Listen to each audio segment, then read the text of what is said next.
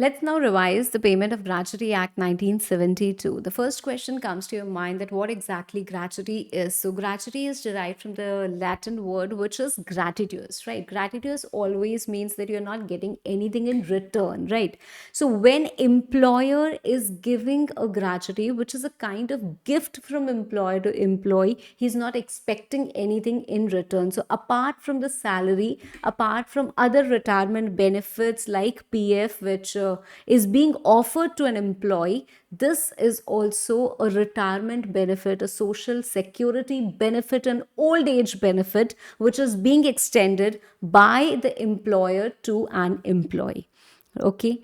The most important section comes into play is the section number 4, right? That is the first section. Before that, the object of this act, if you ask me, it is to provide for a scheme of payment of gratuity to employees. Where it is applicable, payment of gratuity act is applicable to MRP of P, that is mines, railway company, ports, oil fields, factories, and plantation. And apart from that, to every shop establishment which is employing 10 or more persons with aid of power, or 20 or more persons without aid of power. Okay. So if you are working in any establishment, any shop, factory, mine, plantation, oil field, ports, if it is covered under the Gratuity Act, and if you are working as an employee over there, then definitely you are entitled to gratuity. The question is who an employee is. Under the definition of employee, an apprentice is not covered. Employee could be any person, whether your terms of employment are express, implied. You may be engaged in any kind of work, and but what is not covered is somebody who is holding a post under government, whether it's central government or whether it's state government. Okay.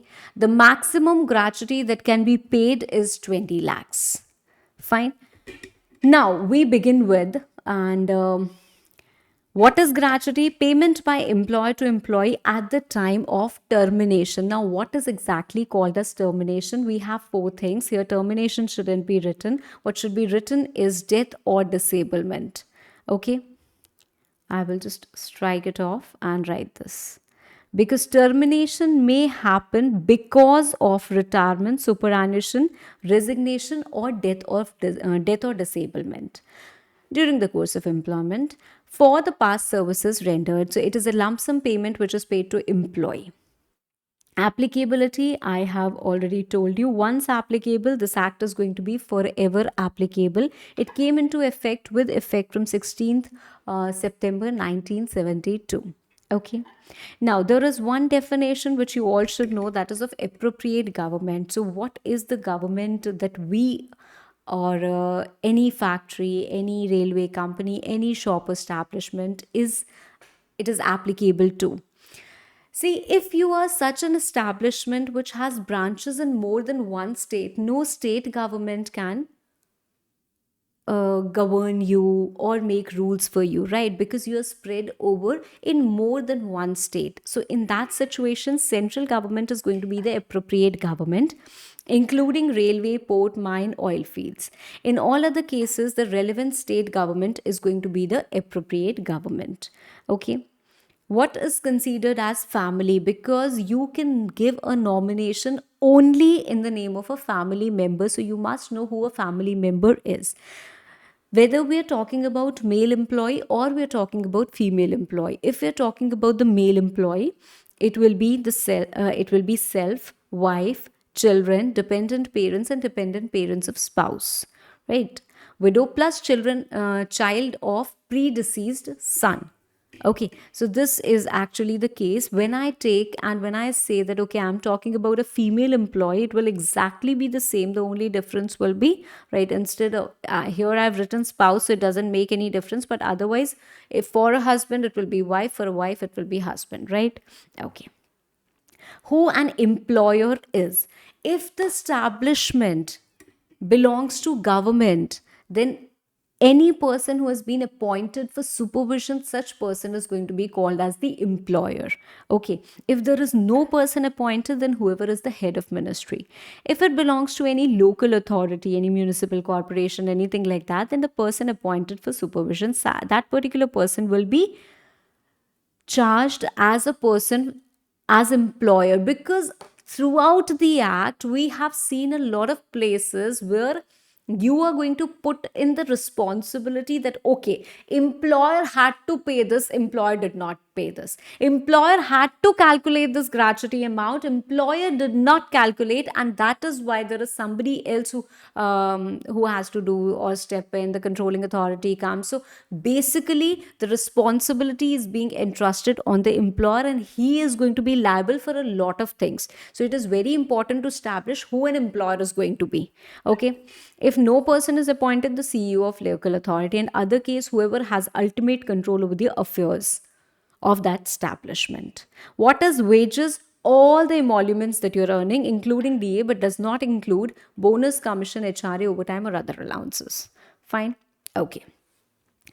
Now, we have one very important definition or very important meaning which is actually there in section 2A, and that talks about continuous service. Before I go on and tell you what continuous service is, one thing that you should establish here is that an employee will be entitled to gratuity only if he has rendered 5 years of continuous service. Continuous means uninterrupted service. So once you have done 5 years of continuous service, then when you terminate your job, that means when you retire or you resign or you leave for any other reason, there is death, disablement, then you will be getting that gratuity. Okay, then the person will be getting that gratuity. Fine. So to get the gratuity, first you should work in an organization to which gratuity act is applicable. Second, you should be covered in the definition of employee. That is, if you are an apprentice, if you're a trainee, you will not be getting gratuity. Third, you should do continuous service of 5 years. And fourth, if you have done continuous service of 5 years, then you make an application and everything when your job is terminated. What is continuous service? Continuous service means you have been in uninterrupted service for that particular period.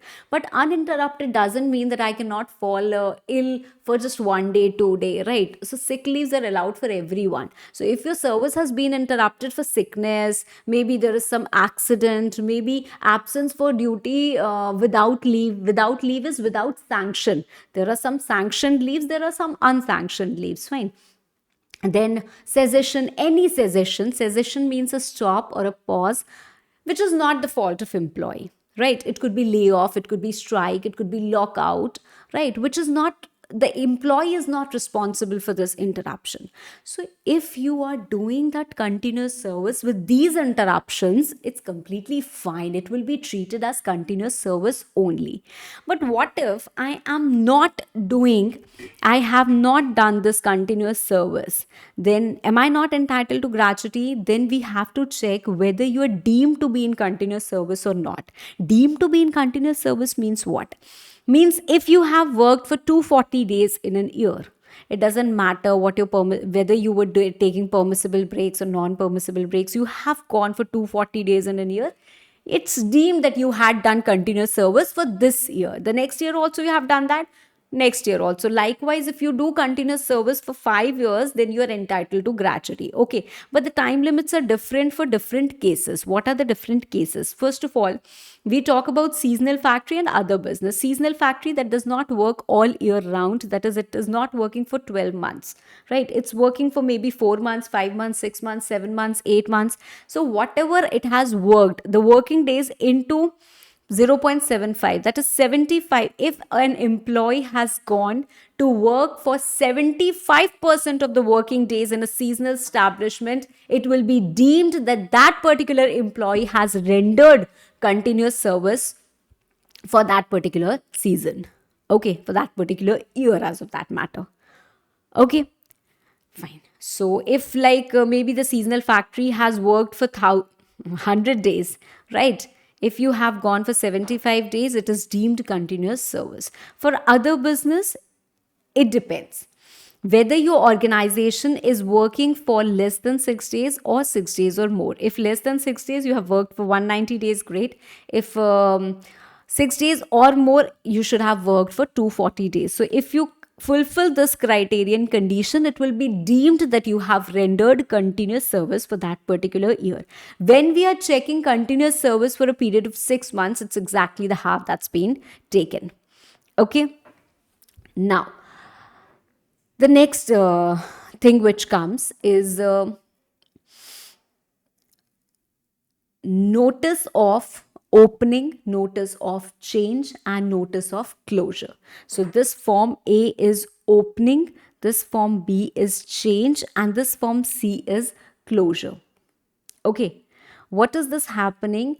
That when you open any such organization to which Gratuity Act is applicable, or maybe you were employing only 5 people earlier, now you are employing, you have hired 10 more people, right? So now maybe Gratuity Act is applicable to you. So when Gratuity Act became applicable, within 30 days, you have to submit this form A to the controlling authority.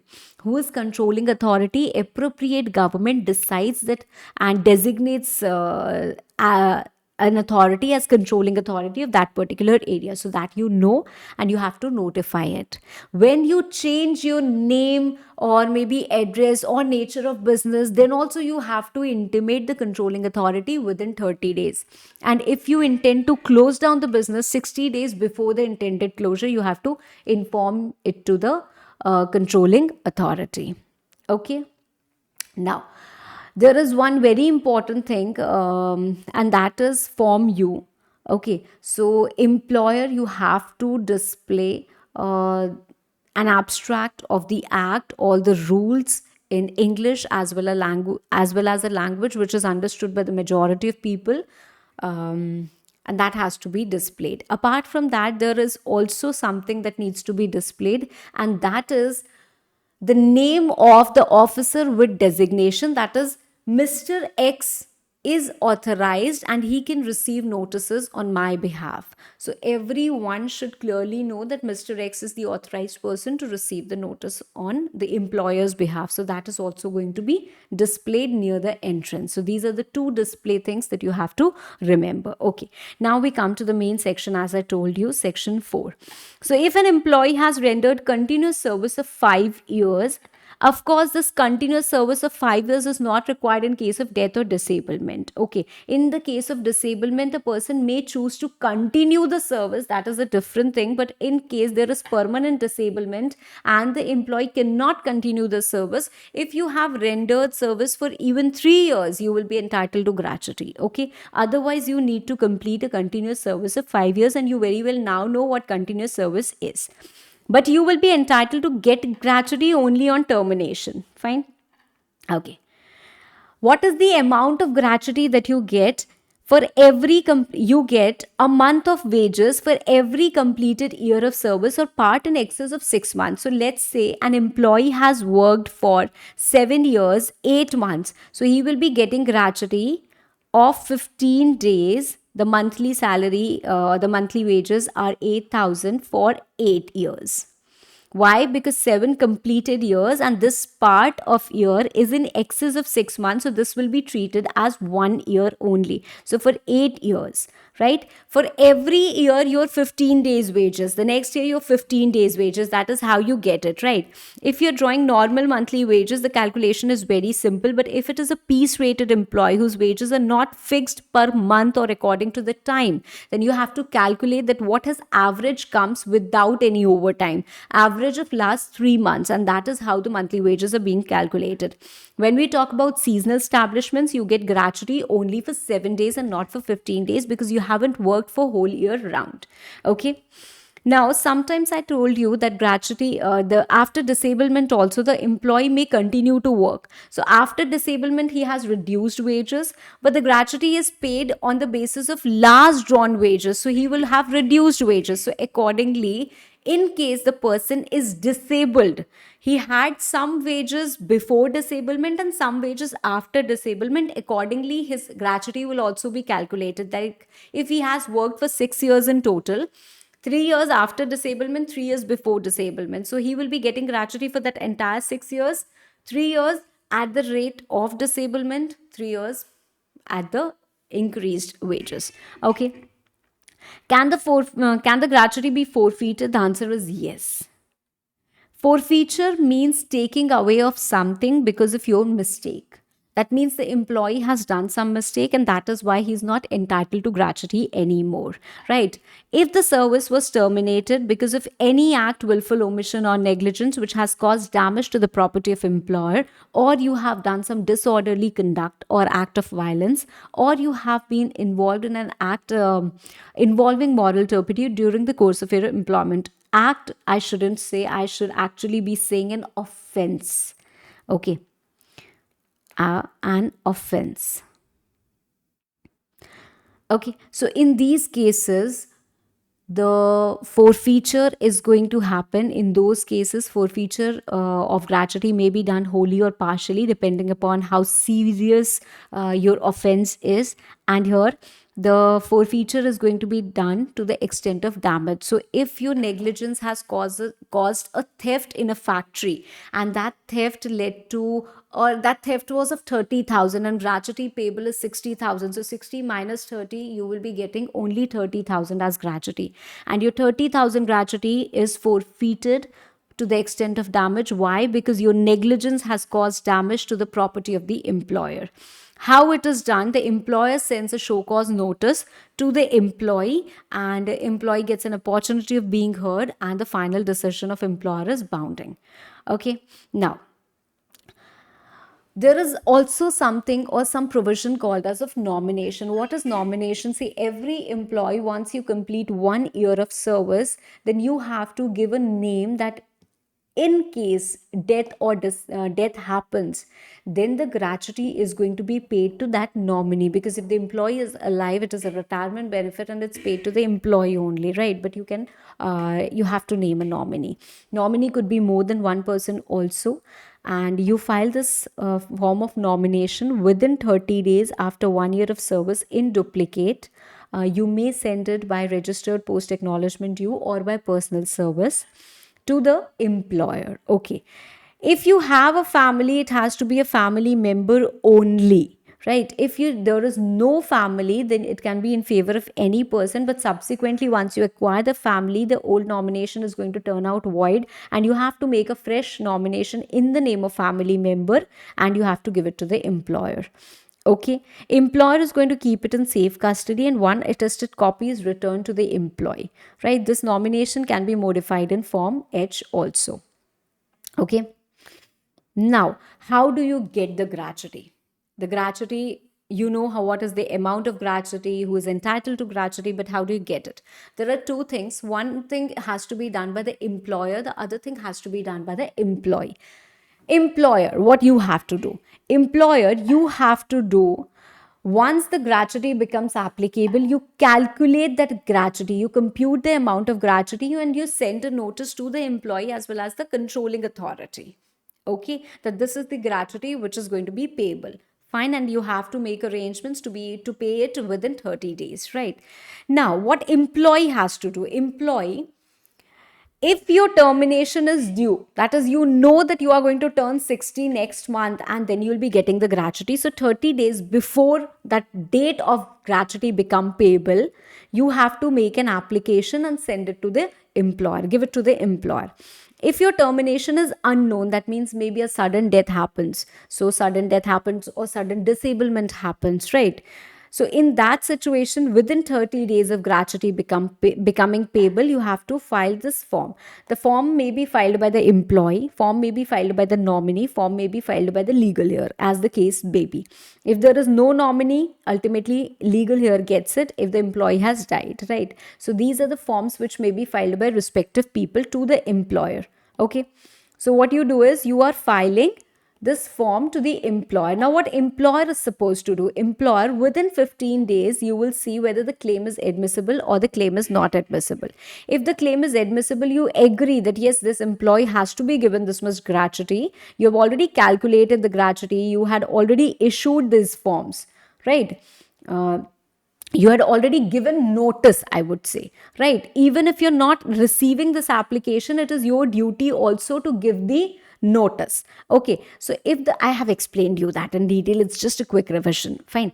So if the claim is admissible, you will send this form to employee and fix that, okay, on such and such date I'm going to pay you the gratuity, right? And you cannot fix a date like, okay, I'm going to pay you gratuity after 1 year. No, not later than 30th day. Okay, and later on you will pay it on the same date in cash, DD, or check. If it is less than 1000, money order can also be done, and you are going to intimate it to controlling authority. Okay, if the claim is not admissible, then you will give the form, you'll tell the reason why you're not considering your gratuity, and you will also give notice to controlling authority. In case there is a dispute regarding the amount of gratuity, then you have to deposit the gratuity with the controlling authority, and the controlling authority will hear both the parties, that is the employee and the employer, and decide that, okay, what is the exact amount of gratuity which is payable. And after it passes the final order, the gratuity will be paid by the controlling authority to the employee. If the employer has deposited only 30,000 but the amount payable is 40,000, then the controlling authority will ask for 10,000 more and pay it to the employee. Okay, now if the employer refuses that, okay, I'll not accept your nomination, okay, or if they refuse to entertain your application, or you reject your eligibility, or there is lesser amount that they are paying, or there is no notice that they issued which they are supposed to issue, then employee, within 90 days you can make an application and form into controlling authority. Okay, controlling authority may accept your application even beyond 90 days. Now, why are you sending this application? Why are you making an application to controlling authority? To seek their order in the similar manner. Like as when we were children, we would just go to our parents and say, this, my brother or whoever he is, right? He, she, not giving me my water bottle, not giving me my tab, not giving me this, not giving me that. Why are we saying? Just to seek direction. Seek direction in a sense. Now that mother, father, parent is going to give direction, is going to say, give it back to him, give it back to her, right? So now he gives it. In the same manner, when the employer is not doing all of this, we are going to the controlling authority to just become a child and say, this is not doing that. Right now, controlling authority will give instruction that do this immediately, and that particular person will do it. Okay. So if the person is not satisfied that no, don't have to do it, you can go further to father, right? So here also you can further go to appropriate government. Okay, but before that, so if this is not done, employee, within 90 days you can make an application to controlling authority, and controlling authority is going to call both the parties and hear the parties, decide the date, time and place, sittings as decided. And if you do not want to appear in person, you may also send your representative along with the letter of authority. Fine. Now, during the hearing, if the applicant is not coming, that means you have raised a request and you are only not coming, it will be dismissed. But if you have raised a request that the employer is not doing something and the employer is not coming, then X party, that is without party, the employer, without the employer, the decision will be taken by the controlling authority. Fine. So controlling authority will record that this is my conclusion, this is my finding. This copy is going to be sent to both the parties. If the party is aggrieved, within 60 days, they can appeal to appropriate government, and appropriate government will pass the order. Okay, fine. Now, there is something called as approved gratuity fund. And what is approved gratuity fund? Approved gratuity fund is going to have the same meaning as under Income Tax Act. I have given you a question also, and I have explained you in that we have something called as compulsory insurance under section 4A, right? That is, if an employer has to pay gratuity, if he has gratuity payable, then he needs to get that compulsory insurance done, right, for that payment of gratuity. But if the employer is maintaining a good gratuity fund, then he is exempted from doing that compulsory insurance, right? So that is about approved gratuity fund. Okay. So I hope it is all clear. There is something called as powers of controlling authority. That how what powers controlling authority has. So controlling authority has the same powers as a court has while trying a suit under CPC, that is Code of Civil Procedure. That is, they can enforce the attendance, they can call any person, they can ask for production of documents, they can examine the persons on oath, they can receive affidavits, they can even issue commissions. What is issuing commissions? Like appointing somebody else to go and witness the examine the witness, right? Then we have penalties, which are stated in section 9. There are three penalties that you have to listen, and you have to learn. Then we have something called a section 10, which talks about exemption of employer from the liability. So if I am an employer and I feel that no, I'm not responsible with this, I can prove that I am not responsible. There is somebody else who is the actual offender, and I bring that offender before the court, right? Then, if I pass, or if I succeed in actually proving that yes, I exercise due diligence, I have not committed the offense, that other person has committed the offense without my knowledge and consent, and in that situation I can be free from the liability. Okay, I can be free from the liability. Then there is something also called as protection of gratuity. That is, whatever gratuity is payable to me is not going to be attached to any of the civil, revenue, or criminal proceedings. I explained you that in detail, right? And that is it. Okay. Thank you.